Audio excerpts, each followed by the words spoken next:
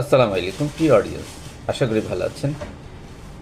আমি ডক্টর হাসান সাঈদ। আমার এই পেজ থেকে বিভিন্ন অতি প্রয়োজনীয় কিছু ট্রিক্স ইনফরমেশন আপনাকে দিয়ে থাকি, যা আপনার কাজে লাগে, আপনার রিলেটিভ বা আপনার পরিচিতজনের কাজে লাগবে। সুতরাং আমার এই পেজে আপনি একটু অ্যাক্টিভ থাকুন এবং নিজে সাবস্ক্রাইব করে অন্যকে দেখার সুযোগ দান করুন। ডিয়ার অডিয়েন্স, আজকে আমি বলবো আমাদের দেশে মায়েরা বা ভাইয়েরা, পুরুষরা সবাই একটু উদ্বিগ্ন থাকেন একটি বিষয় নিয়ে, সেটা হলো চুল পড়া নিয়ে। চুল পড়া দেখা যায়, অনেক চুল পড়তে পড়তে অনেকের চুল পুরো ফাঁকা হয়ে গেছে। এই চুল পড়াটা কন্ট্রোলের বিষয়ে আমি একটি হাতের কাছে পাওয়া যায় খুবই মূল্যবান একটি হার্বসের ন্যাচারাল মেডিসিন।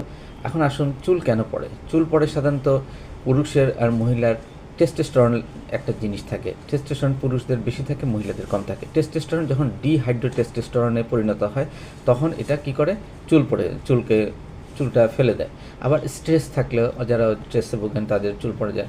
আবার যারা নিউট্রিশন ডিফিসিয়েন্সি দেখা যায়, ওবেসিটির কারণে নিউট্রিশন ডিফিসিয়েন্সি তৈরি হলে, ডায়াবেটিক্সের কারণে, protein iron deficiency, vitamin D deficiency ইত্যাদির কারণেও চুল পড়ে যেতে পারে। আবার অনেকে দেখা যায় স্ক্যাল্পের প্রবলেম থাকে, যেমন খুশকির কারণে অথবা চর্মরোগের কারণেও চুল পড়ে যেতে পারে। তো আসুন, এই আসলে এতক্ষণ আমি যে চুল পড়ার কথা বললাম, এখন এই চুল পড়াটা কী করে কন্ট্রোল করতে হবে? আপনার কাছে যে মূল্যবান হার্বসটা, সেটার নামই বল, সেটা হলো পেঁয়াজ বা অনিয়ন।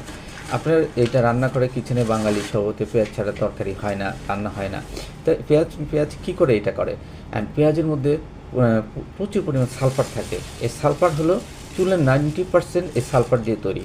যখন এই সালফার আপনি যখন পেঁয়াজ ব্যবহার করেন, তখন এই চুল পর্যাপ্ত পরিমাণ সালফারটা পেঁয়াজ থেকে নেয় এবং চুলের নিজের গোড়া শক্ত করে এবং নিজেকে স্ট্রেংথ করে, তারপরে চুল পড়ে না।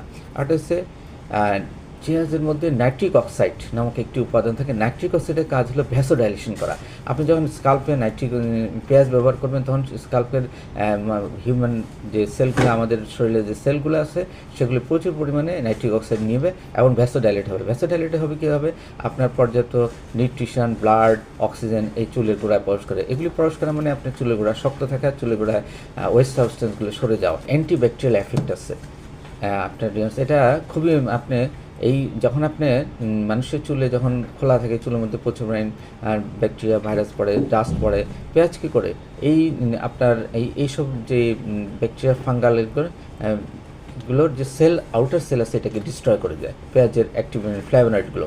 যার পর দেখা যায় যে অটোমেটিকলি সেলগুলো ধ্বংস হয়ে যায়, আপনার শরীরে বিশেষ করে মস্তিষ্কে চুলের মধ্যে কোনো রকম ফাঙ্গাস এবং ব্যাকটেরিয়া জন্ম দেয় না। কিছু গবেষণায় দেখা যাচ্ছে পেঁয়াজের মধ্যে কয়েকটি ফ্ল্যাভোনয়েড আছে, দুর্লভ ফ্ল্যাভোনয়েড, যা অন্য কিছু গবেষণায় দেখা গেছে যে পেঁয়াজের যে রস থাকে, সেটার মধ্যে কিছু ফ্ল্যাভোনয়েড থাকে, যা খুবই